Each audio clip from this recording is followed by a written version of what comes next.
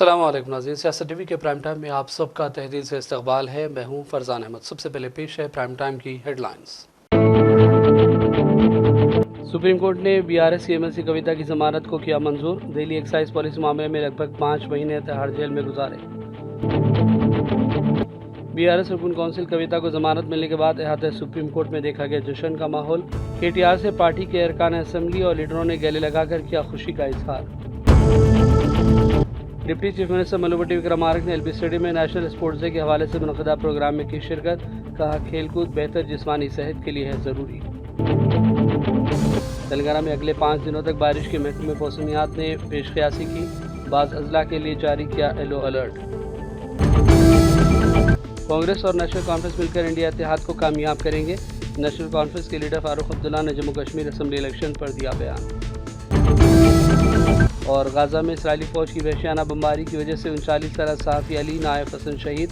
ताहाल 172 सहाफ़ियों की शहादत। ताज़ा इसराइली हमलों में मज़ीद 20 फ़लस्तीनी शहीद कर दिए गए। हेडलाइंस आपने देखी और पेश खबरों की तफसीलात। शुरुआत करेंगे बड़ी खबरों से। उस्मानिया हॉस्पिटल की इमारत गोशा महल पुलिस अकेडमी के अहाते में तामीर की जाएगी और गोशा महल पुलिस अकेडमी के लिए मुतबादिल अराजी मुख्तस की जाएगी। चीफ मिनिस्टर रेवंत रेड्डी ने आज इसकी तस्दीक की। एक इजलास में इस सिलसिले में तफसीली तौर पर तबादला ख्याल किया गया, जिसमें रियासती वज़ीर सेहत डी नरसिम्हा और दीगर आला ओहदेदारान ने भी शिरकत की। सुप्रीम कोर्ट ने भारत राष्ट्र समिति की एमएलसी कविता की जमानत मंजूर कर दी है। दिल्ली एक्साइज पॉलिसी मामले में कविता रुकन कानूनसाज कौंसिल बीआरएस की जमानत की दरख्वास्त पर आज समाअत हुई। इस मौके पर अदालत उज़्मा ने मशरूत जमानत दी। वाज़ेह है कि कविता तिहाड़ जेल में महरूस है। हाल ही में कविता की सेहत बिगड़ भी गई थी और उन्हें इलाज के लिए एम्स दिल्ली से रुजू किया गया था। कविता को मुआयनों के बाद दोबारा जेल भेजा गया कि कविता गुज़िश्ता 5 महीनों से तिहाड़ जेल में है। उन्हें ईडी ने 15 मार्च को हैदराबाद में वाक़ उनकी रिहाइशगाह से हिरासत में लिया था। मशहूर वकील मुगल रोहतगी ने कविता की जानिब से दलाइल पेश किए। सुप्रीम कोर्ट की जानिब से दिल्ली शराब पॉलिसी मामले में बीआरएस रुकन काउंसिल कविता की जमानत मिलने के बाद अहाता सुप्रीम कोर्ट में कविता के भाई और बीआरएस पार्टी के कारगुजार सदर केटीआर से पार्टी के अरकान असेंबली और दीगर लीडरों ने गले लगाकर अपनी खुशी और मसरत का इजहार किया। बताया गया कि बीआरएस के 20 अरकान असेंबली और अहमकादीन गुज़िश्ता रोज़ी दिल्ली पहुँच गए थे, जहाँ तमाम सुप्रीम कोर्ट में आज की समाअत के मौके पर मौजूद थे। जैसे ही अदालत उज़्मा की जानिब से जमानत मंजूर करने का ऐलान किया गया, उसके फौरी बाद कोर्ट हॉल से निकलकर बीआरएस कायदीन सुप्रीम कोर्ट की मेन गेट के बाहर आए, जहां बीआरएस के अरकान असेंबली ने केटीआर को गले लगाया और उन्हें मुबारकबाद दी। इस मौके पर हरीश राव, जी कमलाकर, कौशिक रेड्डी और दीगर भी मौजूद थे। इस तरह कविता की जमानत की मंजूरी की खुशी में दिल्ली में वाक़ बीआरएस पार्टी के दफ्तर में मिठाई भी तकसीम की गई। तेलंगाना कांग्रेस लीडर महेश कुमार गौड़ ने इल्ज़ाम लगाया कि केटीआर और हरीश राव ने कविता की रिहाई के लिए बीजेपी से मुफाहमत की है। उन्होंने इल्ज़ाम लगाया कि किसी भी वक्त बीजेपी और बीआरएस इत्तेहाद कर सकते हैं। कविता की रिहाई के सिलसिले में बीआरएस लीडरान की जानिब से बीजेपी लीडरों की मुलाकात पर उन्होंने बयान दिया और दावा किया कि बीजेपी से इत्तेहाद की शर्त पर ही कविता की रिहाई मुमकिन हो सकी है। कविता గారికి బెయిల్ రావడం అనేది ఇది మేము ముందు నుంచి ఊహించి చెప్తున్న మాటనే. ఇన్నాళ్ళు బెయిల్ రాకుండా ఉన్నటువంటి కండిషన్స్ ఇప్పుడు ఎందుకు నిర్వీణం అయిపోయినాయి, ఎందుకు బెయిల్ వచ్చింది అనే అంశం లోతుగా ఆలోచించినప్పుడు మీకు మాకు అర్థం కావాల్సింది బీజేపీలో బీఆర్ఎస్ విలీన ప్రక్రియ ఈ బెయిల్ ద్వారా మొదలైందని చెప్పొచ్చు. మేము ముందు నుంచి చెప్తా ఉన్నాం, గత 10 ఏళ్లుగా బీజేపీ బీఆర్ఎస్ పార్టీ చీకటి ఒప్పందంలో ఉన్నారు. అన్ని కూడా కూడబలుపుకొని వారు కార్యక్రమాలు చేసినారు. ఇవాళ కవితకి లభించిన బెయిల్ ద్వారా అర్థమయ్యేది ఏంటంటే బీజేపీలో బీఆర్ఎస్ పార్టీ విలీనమైనటువంటి ప్రక్రియ మొదలైంది. ఇది బాహటంగా వాళ్ళు ఇప్పుడు ఒకటై ముందుకు వెళ్ళాలని నిర్ణయించుకున్న దరిమిలానే ఈ బెయిల్ వచ్చింది. ఢిల్లీలో కేటీఆర్ గారు, హరీష్ రావు గారు పలు దఫాలుగా బీజేపీ సీనియర్ నాయకులతో జరిపిన చర్చల ఫలితంగానే ఇవాళ ఈడీ ఉదాసీనంగా బెయిల్ రావడానికి దోహదపడింది.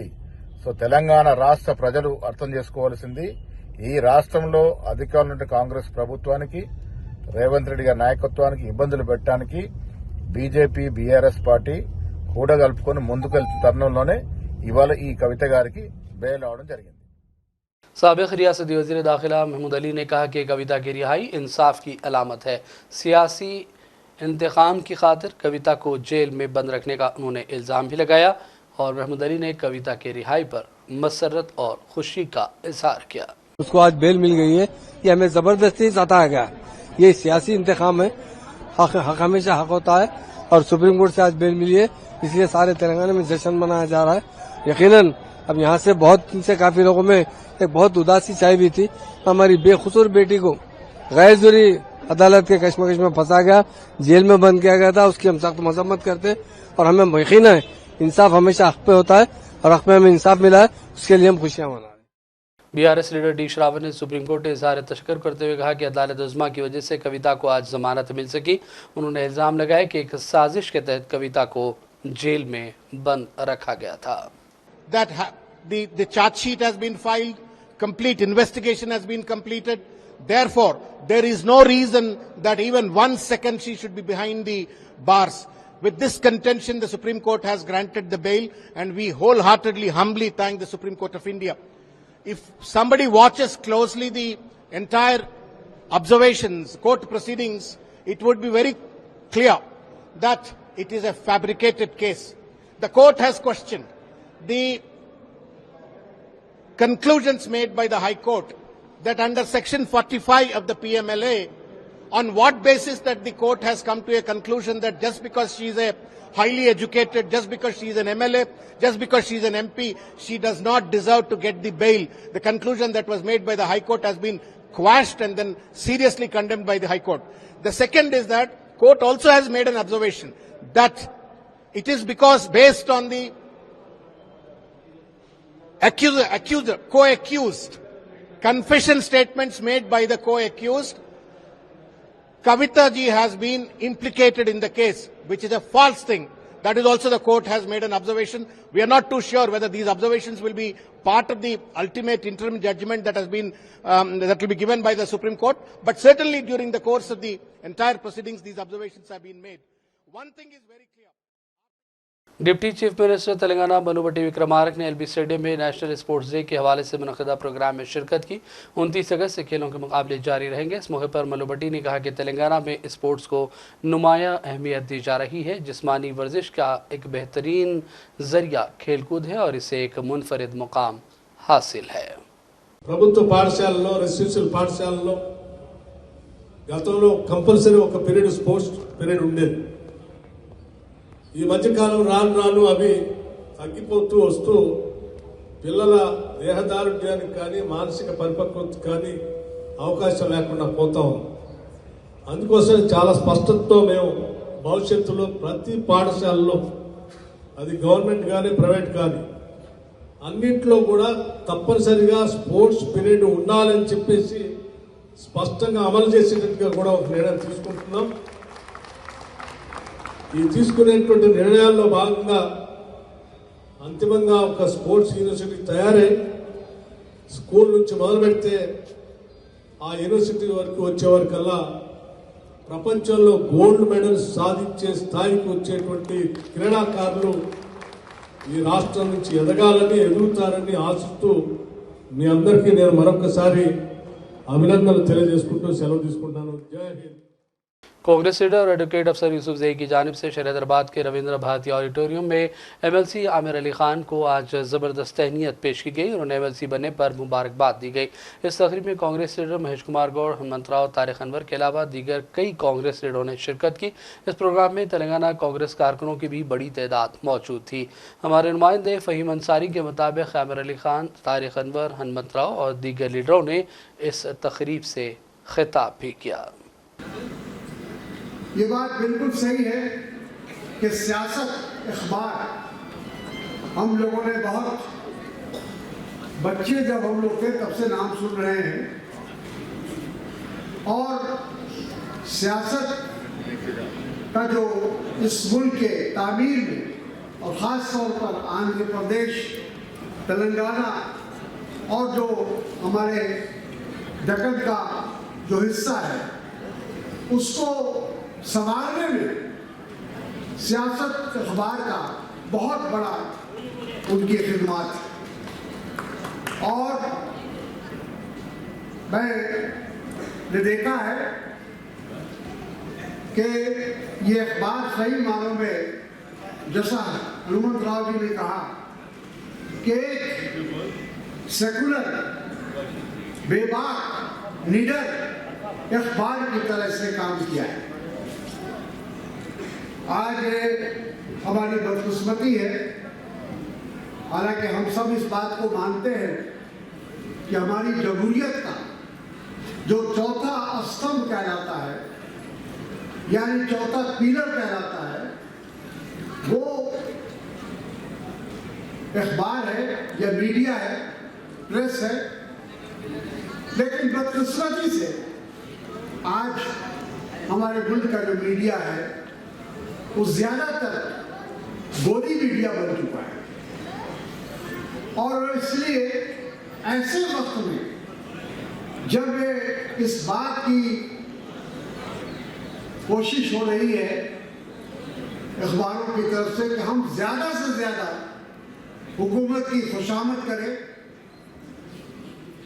उनकी तारीफ करें, वैसे हालात में खुशी का मौका है कि एक ज़माने के बाद अमली सियासत में हिस्सा लेने का एक मौका मिला है। यकीनन सहाफ़त के एतबार से जो मसाइल पेश किए जाते थे उससे मैं वाकिफ़ हूँ, लेकिन मुल्क के हालात जिस तरीके से बदले हैं, ख़ास तौर पर 2014 के बाद से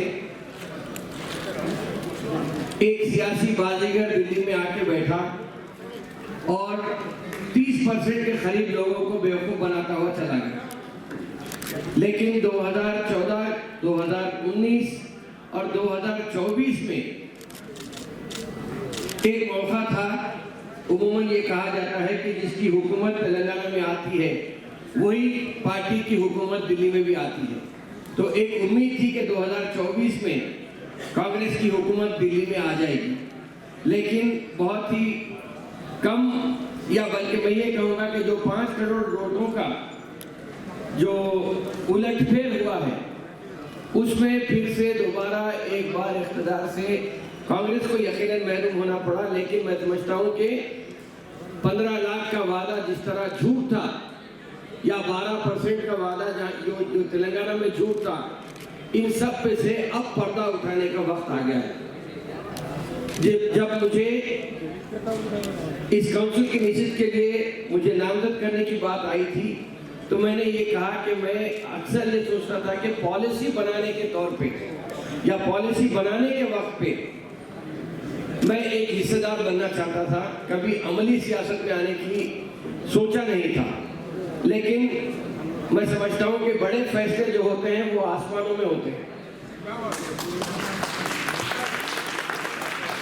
ये ऊपर वाले को मंजूर था कि अमली सियासत में आना है, क्योंकि आप सभी लोग वाकिफ हैं कि 6000 एक्सीडेंट में शहीद हो जाने वाले लावारिस लाशों की तदफीन का जो बेड़ा हमने उठाया था वो किसी दुनियावी ताकत या दुनियावी एतबार से हासिल करने के लिए नहीं था। ये सब ऊपर वाले की रजा के लिए था। शायद उसी का एक सिलसिला हो सकता है। यकीनन हमने 20,000 नौजवानों को ट्रेनिंग देकर कॉल सेंटर में नौकरी में भर्ती कराया। मैं दिल की गहराई से आप तमाम लोगों को मुबारकबाद पेश करता हूँ। हजरात, जनाब आमिर अली खान साहब कोई तारीफ के मोहताज नहीं। सियासत एक अखबार है, ऐसा अखबार है जो कोई भी हुकूमत रहे, चाहे वो टीडीपी की हुकूमत रहे, चाहे कांग्रेस पार्टी की हुकूमत रहे, चाहे बीआरएस की हुकूमत रहे, उन्होंने कौम की आवाज़ को उठाने का काम हर वक्त किया है। ये कोई तारीफ के मोहताज नहीं है। इन्होंने हर तरीके से कौम को किस तरह से मदद करनी चाहिए, उर्दू की हिफाजत किस तरह से करनी चाहिए और बेरोजगारों की आवाज़ किस तरह से उठानी चाहिए, तालीमी दुनिया के अंदर किस तरह से आवाज उठाकर हुकूमतों तक जो है ना किस तरह से तालीम में फायदा पहुंचाना है, उन नौजवान बच्चों के लिए, उन नौजवान लड़कियों के लिए हर तरह की खिदमत। वजीर आला बनाने में महिला रेड्डी ने बहुत बड़ा काम किया। हमारा स्लोगन है माइनॉरिटी गोरमाटी दोनों मिले तो तेलंगाना में मेजॉरिटी 12% आप है 12 हम। ये स्लोगन को ये नहीं होना। मेरे को एमएलसी साहब के पिताजी बहुत अच्छे दोस्त थे, उनके दादा मुझे पहचानते थे, उनके दादा के साथ यहाँ पे नाइंसाफी हुई, उसके पिताजी के साथ में नाइंसाफी हुई। ये खौफ ने उनको एमएलसी देने के टाइम पे होंदो, राज्यसभा मेंबर होने के टाइम पे होंदो आड़े गिरते थे और उनकी पदवी को रोकते आते थे। आज अल्लाह ताला ने चाहा, कांग्रेस पार्टी माइनॉरिटी के साथ में है। हमारा मुख्यमंत्री रेवंत रेड्डी जी, इनका दादा, इनका पिताजी का, इनका पेपर का, ये सेक्युलर पेपर है साहब। हिंदू के बारे में लिखता, मुसलमानों के बारे में लिखता, क्रिश्चियनों के बारे में लिखता, ट्राइबलों के बारे में लिखता और दलितों के बारे में लिखता। वो पेपर है, वो सियासत पेपर है।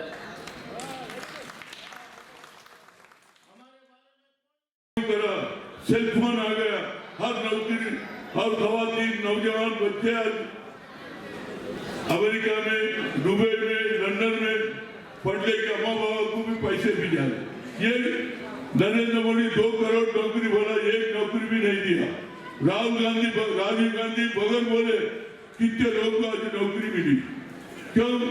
आज हाईटेक सिटी बनी, इसके साथ कल 29 को ऑल इंडिया स्पोर्ट्स डे चल रहा, वर्ल्ड स्पोर्ट्स डे, और हमारे रेवंत रेड्डी भी बोला ये स्पोर्ट्स सिटी भी बनाऊंगा, यहाँ पर भी स्पोर्ट्स की एक्टिविटी होगा। हम देख रहे, कोई भी सानिया मिर्जा हो, हमारे क्रिकेट प्लेयर हो, मोहम्मद सिराज को जीतने के बाद हर एक आदमी करोड़ रुपए देते और मकान की जगह देते। मैं क्या बोलते, यंगस्टर्स को भी बनाना। Telangana state fisheries cooperative societies federation limited के सदरनशीन एम साई कुमार ने कहा कि झीलों तालाबों पर नाजायज़ कब्जों की वजह से माहीगीरों की गुजर बसर बुरी तरह मुतासर हुई है। साई कुमार ने हुकूमत से मुतालबा किया कि वह नाजायज़ कब्जे बर्खास्त करे ताकि तालाबों झीलों की माजी की शान दोबारा बहाल हो सके। बीजेपी रुकन असम्बली डी राजा ने रुकन पार्लिमान असद ओवैसी की रिहाइशगाह और बड़लागुड़ा में वाक़ ओवैसी फातिमा कॉलेज की G2 PG की ज़मीन के हवाले से बड़ा बयान दिया। उसने कहा कि चीफ मिनिस्टर रेवंत रेड्डी से वो अपील करता है कि उन इमारतों को भी बुलडोज़र से गिरा दिया जाए। राजा ने कहा कि सब सरकारी ज़मीन पर तामीर करदा है और MIM ने इसे कब्ज़ा किया हुआ है। याद रहे कि हेड्रा की जानिब से इन दिनों गैरकानूनी तौर पर तामीर करदा इमारतों को ढाने का काम जारी है। ఆ కాలేజ్ని డిమాలిష్ చేస్తే 40,000 మంది మా దగ్గర యువకులు ఉన్నారు అని ఒక వార్నింగ్ ఇస్తున్నారు. ముఖ్యమంత్రి గారు భయపడకండి. కిరణ్ కుమార్ రెడ్డి గారు కూడా ముఖ్యమంత్రి ఉండే ఆ సమయంలో కూడా ఈ కుక్కలు ఆ విధంగానే వార్నింగ్ ఇచ్చినారు. కానీ కిరణ్ కుమార్ రెడ్డి గారు అప్పుడు ఆగలే, ఇద్దరిని బొక్కల్లో వేసినారు. మంచి పని చేసినారు.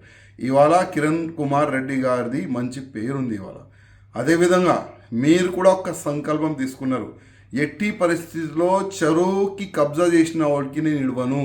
ఇట్లాంటి చిన్నోళ్ళు వార్నింగ్ ఇస్తూనే ఉంటారు, దానికి మీరు పక్క పెట్టండి.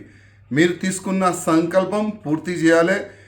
MIM వాళ్ళు చెరువులైన కబ్జా చేసుకున్నారు, ఎట్టి పరిస్థితుల్లో దానికి డిమాలిష్ చేయాలని భారతీయ జనతా పార్టీ తరఫు నుంచి మేము కోరుతున్నాము. అదేవిధంగా ఈ చెరువు కాకుండా గవర్నమెంట్ ల్యాండ్ కూడా చాలా వరకు కబ్జాలైనాయి. నా నియోజకవర్గంలో కూడా చాలా వరకు పెద్ద పెద్ద గవర్నమెంట్ ల్యాండ్ కబ్జాలైనాయి. కానీ దురదృష్టం దానికి కలెక్టర్ కూడా సపోర్ట్గా మాకు కనబడుతున్నాడు. హైదరాబాద్ కలెక్టర్ దానికి సపోర్ట్గా కనబడుతుంది. रियासती गवर्नर जिष्णुदेव वर्मा जिला मुल्क के अपने पहले दौरे के हिस्से के तौर पर R&B गेस्ट हाउस पहुंचे। इस मौके पर रियासती पंचायत राज, दही तरक्की, ख़वातीन और अतफाल की बहबूद की वज़ीर सीता खान ने गवर्नर का शानदार अंदाज में खैर मकदम किया। ज़िला कलेक्टर TS दिवाकर और दीगर हुकाम भी इस मौके पर मौजूद थे। महबूबनगर की रुकन पार्लियामेंट डी के अरुणा ने मक्तल का दौरा करने के दौरान कांग्रेस हुकूमत पर शदीद तनकीदें की और इल्ज़ाम लगाया कि हुकूमत अपने वादे पूरे करने में नाकाम रही है। अरुणा ने यह भी इल्ज़ाम लगाया कि कांग्रेस अपनी नाकामी पर पर्दा डालने के लिए हैड्रा का इस्तेमाल कर रही है। बीआरएस के कायदीन ने हर उस मुकाम पर आम जलसे मुनक़िद करने का प्रोग्राम बनाया है जहां कांग्रेस ने जलसे आम किए थे और कई ऐलानात और वादे भी किए थे जिन पर कांग्रेस के इक़्तिदार पर आने के बाद से अमलावरी न होने का बीआरएस लीडरान इल्ज़ाम लगा रहे हैं। बीआरएस का पहला जलसा वरंगल में होगा जहां कांग्रेस ने किसान डिक्लेरेशन जारी किया था। तेलंगाना के 33 अजला में से 10 अजला में 8 महीनों के दौरान डेंगू बुखार के सबसे ज़्यादा केसेस हुए और हैदराबाद 1800 से ज़्यादा केसेस के साथ सरफहरिस्त बताया गया है। तेलंगाना में बुखार के 2,65,000 केसेस की इत्तला है। हैदराबाद और सूर्यापेट अजला वबा से सबसे ज़्यादा मुतासर हुए हैं। और अब बात करेंगे मौसम के हवाले से। तेलंगाना में अगले 5 दिनों तक बारिश की महकमा मौसमियात ने पेशकयासी की है। बाज़ अजला के लिए येलो अलर्ट भी जारी कर दिया गया। महकमा मौसमियात के मुताबिक आदिलाबाद, आसिफाबाद, मंचरियाल, निर्मल, निज़ामाबाद, जगतियाल, पेदापली, भोपालापली, मुलुगु, भदादरी, कोतागुड़म अजला में ज़बरदस्त बारिश का इम्कान जाहिर किया गया। इस तरह भोपालापली, मुलुगु, कोतागुड़म, खम्मम, सूर्यापेट, महबूबाबाद, वरंगल और हनमकुंडा अजला में गरज चमक और तेज़ हवाओं के साथ बारिश की पेशकयासी की गई। 29 और 30 अगस्त को भी कई मुकामात पर बारिश का इम्कान जाहिर किया गया है। वाज़ेह है कि रियासत के बाज़ अजला से बारिश की इत्तलात मौसूल हुई और हैदराबाद के इलाकों में भी मौसम ज़्यादातर अबर आलूद रह रहा है। और अब आई नाज़रीन रुख करेंगे चंद अहम कौमी और आलमी खबरों की जानिब। National conference leader Farooq Abdullah ने उम्मीद जाहिर की कि कांग्रेस और नेशनल कॉन्फ्रेंस मिलकर इंडिया इत्तेहाद को कामयाब करेंगे। जम्मू कश्मीर असम्बली इलेक्शन पर मीडिया के सवालात का जवाब देते हुए डॉक्टर फारूक अब्दुल्ला ने कहा कि इलेक्शन में हमारी कामयाबी यकीनी है।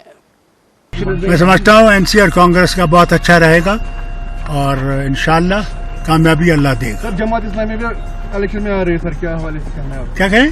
जमात इस्लामी ने भी यहाँ पे नॉमिनेशन फाइल बहुत जगहों पे भरे हैं, कैसी मुझे बहुत अच्छी खुशी की बात है। इसके बजाय वो चोरी छुपी किसी और को वोट दें। अच्छा है कि वो खड़े हो जाएं और आगे आएं इस रियासत को अच्छा करने के लिए। डॉक्टर साहब अगर एनसी हुकूमत में आ गई, क्या पाकिस्तान के साथ बातचीत करने के लिए वो गवर्नमेंट इंडिया को प्रेस करेगी? क्योंकि आपको हमारा वो जो है मैनिफेस्टो वो देखना चाहिए जी। मैनिफेस्टो उसमें सब कुछ है और वही चीज आपको देखनी चाहिए, वही चीज आगे चलानी चाहिए। बीजेपी तो कह रही है वो एंटी है, वो पाकिस्तानी है, वो सारा। मैं तो बहुत कुछ हूँ। मैं तो खालिस्तानी भी हूँ, पाकिस्तानी भी हूँ, अमेरिकन एजेंट भी हूँ और अगर कोई चीज रह गई वो भी मैं हूँ। कांग्रेस के साबिक सदर राहुल गांधी ने अपने हालिया कश्मीर दौरे के मौके पर कश्मीरी लड़कियों से तफसीली तबादला ख्याल किया था। इसका वीडियो कांग्रेस के ऑफिशियल यूट्यूब चैनल पर नशर किया गया है। आइए देखते हैं इसकी चंद झलकियां। Also meet with Priyanka ma'am, your sister. You want to meet her? Yeah. That I can arrange right now. She's here? No, she's not here, but And also the bond you share, I just love that. I tell my brother, he sometimes, teases me or fights with me. I'll tease her, don't worry. Hello. Put on your video. I've got some ladies here who want to say hi to you. Hi, how are you, ma'am? Good. How are you? We're good. We're good. You should be here in Kashmir. Why are you not here? Exactly. You should be here. It's amazing. So I just arrived late last night. Oh. You tell her to come. You tell her to come. You can still come. You can come. Today or any day. Whenever you're coming free. home today. we will make him stay one more day. No, you should come here and meet I'll come her. back with him next week. Yes, ma'am. Do come. We'll You be don't need waiting me for to you. come. You can come on your own also. I'll do that. We'll be waiting for you, ma'am. We're having a conversation with him. I hope you're able to have a good, honest conversation. Yes, we are enjoying it. We are enjoying They're it. bullying me. No. He's bullying us. Delhi के chief minister Arvind Kejriwal की अदालती हिरासत में एक बार फिर तौसी कर दी गई। दिल्ली की राउज एवेन्यू कोर्ट ने सीबीआई केस में फैसला सुनाया। फिलहाल सीएम केजरीवाल को 3 सितंबर तक जेल में रहना पड़ेगा। ईडी ने 21 मार्च 2024 को सीएम अरविंद केजरीवाल को दिल्ली शराब घोटाले से मुतालिक मनी लॉन्ड्रिंग केस में गिरफ्तार किया था। उसके बाद 26 जून को सीबीआई ने इस मुबैना घोटाले में बदअनवानी का इल्ज़ाम लगाते हुए केजरीवाल को हिरासत में लिया था। और अब खबर अर्ज़ फ़लस्तीन से। फ़लस्तीनी मीडिया गैदरिंग एसोसिएशन ने कहा है कि गाज़ा पट्टी में इसराइली फ़ौज की वहशियाना बमबारी में 39 साल सहाफ़ी अली नायफ हसन शहीद हो गए। काबिज़ फ़ौज ने गुज़िश्ता रोज़ उनकी गाड़ी पर जानबूझकर उस वक्त बमबारी की जब वो खान यूनुस के अलमवासी कस्बे से सड़क पर गुजर रहे थे। इस वाक़े के बाद गाज़ा में गुज़िश्ता साल 7 अक्टूबर से जारी इसराइली बदतरीन जारहियत में शहीद होने वाले फ़लस्तीनी सहाफ़ियों की तादाद 172 हो गई। मीडिया हल्कों ने गाज़ा पट्टी में निहत्ते फ़लस्तीनी अवाम के खिलाफ जारी इसराइली नस्लकुशी और फ़लस्तीनी सहाफ़ियों और मीडिया प्रोफेशनल्स के खिलाफ जारी जराइम की सख्त मजम्मत की। इस दौरान गाज़ा पट्टी से ताज़ा रिपोर्ट के मुताबिक गाज़ा पर इसराइली हमलों खासतौर पर देरुल बला और खान यूनुस में आज सुबह कम अज़ कम मुतादिद हमलों में 20 फ़लस्तीनी बाशिंदों को शहीद कर दिया गया। इस तरह अक्टूबर से जारी इस जंग में शुहदाए फ़लस्तीन की मजमूई तादाद 40,000 से भी बढ़ चुकी है। और अब आखिर में हेडलाइंस पर डालेंगे एक और नज़र। सुप्रीम कोर्ट ने बीआरएस की एमएलसी कविता की जमानत को किया मंजूर। दिल्ली एक्साइज पॉलिसी मामले में लगभग 5 महीने तिहाड़ जेल में गुजारे। बीआरएस रुकन कौंसिल कविता को जमानत मिलने के बाद इहाते सुप्रीम कोर्ट में देखा गया जश्न का माहौल। केटीआर से पार्टी के अरकान असेंबली और लीडरों ने गले लगाकर किया खुशी का इजहार। डिप्टी चीफ मिनिस्टर मल्लूभट्टी विक्रमार्क ने एलबी स्टेडियम में नेशनल स्पोर्ट्स डे के हवाले से मुनक़दा प्रोग्राम में की शिरकत। कहा खेलकूद बेहतर जिस्मानी सेहत के लिए है ज़रूरी। तेलंगाना में अगले 5 दिनों तक बारिश के महकमे मौसमियात ने पेशकयासी की। बाज़ अजला के लिए जारी किया येलो अलर्ट। कांग्रेस और नेशनल कॉन्फ्रेंस मिलकर इंडिया इत्तेहाद को कामयाब करेंगे। नेशनल कॉन्फ्रेंस के लीडर फारूक अब्दुल्ला ने जम्मू कश्मीर असेंबली इलेक्शन पर दिया बयान। और गाज़ा में इसराइली फ़ौज की वहशियाना बमबारी की वजह से 39 साल सहाफ़ी अली नायफ हसन शहीद। ताहाल 172 सहाफ़ियों की शहादत। ताज़ा इसराइली हमलों में मज़ीद 20 फ़लस्तीनी शहीद कर दिए गए। प्राइम टाइम का सिलसिला फ़िलहाल यहीं ख़त्म करते हैं। मोहम्मद फरजान अहमद को पूरी टीम के साथ इजाज़त दें। देखते रहिए सियासत टीवी। अल्लाह हाफ़िज़।